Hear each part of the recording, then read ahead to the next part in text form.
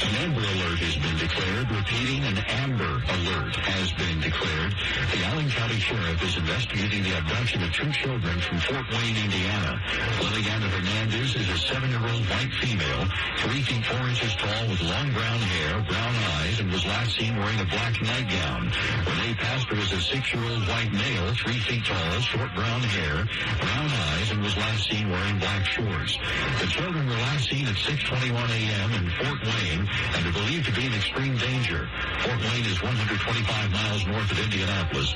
Allen County Sheriff believes the children were likely abducted by their non-custodial mother, Amber Pastor, a 29-year-old white female, 5 feet 6 inches tall, 250 pounds, with long blonde hair. Suspect vehicle is a Mercury Mystique, tan in color. If you have any information on these children, contact the Allen County Sheriff at 260-449-7661.